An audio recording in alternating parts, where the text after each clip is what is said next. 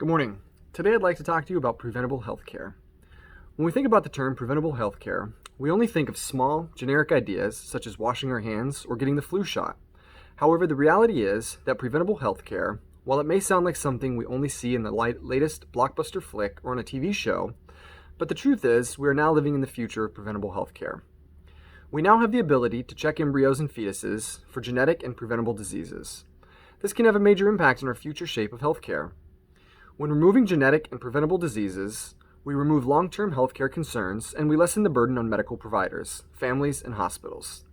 Like it or not, we have reached a point in society where healthcare starts even before life begins. With the advancements in the field of genetic research and reproductive screening, the future of humans who are genetically superior through common disease immunity, lack of genetic or hereditary disease, and the elimination of inherited syndromes is within our reach through the ability to screen DNA and embryos. Technology has grown by leaps and bounds in every conceivable area, including our ability to screen, identify, and prevent illness through genetic testing and embryo screening. In most states, newborn screening is now mandated by law. Currently, all states implement some form of genetic newborn testing. These methods started out as invasive blood and cell draws. Using these methods was difficult and was the reason they didn't grow in popularity. With the methods we have found today, such as simple blood draws, genetic screening methods have exploded in popularity. As we begin to push into the areas of research and science that have not been explored before, there will always be ethical and moral debates, especially when those areas overlap with personal beliefs and views pertaining to human life. Abortion is a huge polarizing issue in many countries. If a child is suffering from a condition that is not treatable and very serious, is abortion the answer? Or should potential parents be forced to carry their pregnancies to term and raise that child? Doctors are not allowed to try to steer a patient one way or the other. Figuring out how and when to do the testing is the easy part. What patients do with the information is where the blending of moral and ethical dilemmas come into play. We all have different values and ethics we live by. Some may be religious driven, others may be from certain life events that have molded and shaped our views. We have the ability to make lives better by increasing their well-being or promoting compassion and justice in dealing with each other.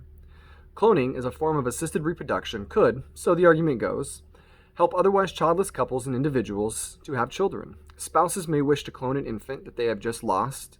A sterile husband or partner may desire offspring who would be biologically his own. The advancement allows people who have children to be better prepared to take care of those children. We have reached a time where we must rely on technology and science to break through barriers preventing certain qualities of life. The possibilities of less genetic and hereditary disease and the avoidance of inherited syndromes is one of our medical capabilities that is becoming more and more realistic through the ability to screen DNA and embryos in utero. No one entity or ruling body needs to have the right to make those choices for us. By advancing our society using science, we are creating life and society where medical professionals can worry less about lifelong cancers, syndromes, and diseases, and can truly impact lives. We have a long way to go with scientific advancements, and their respective ethical positions have just started to scratch the surface. As a society, there is still so much potential to be held in these fields. Over the course of the last month and through this class, I've spent a great deal of time researching genetic testing and all of the different topics and controversies surrounding this area. I've actually thoroughly enjoyed this topic more than I initially thought I would.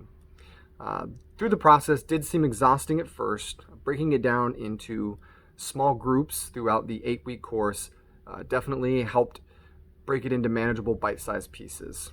I've learned a lot and have gained a lot of insightful knowledge, and I look forward to continuing my education.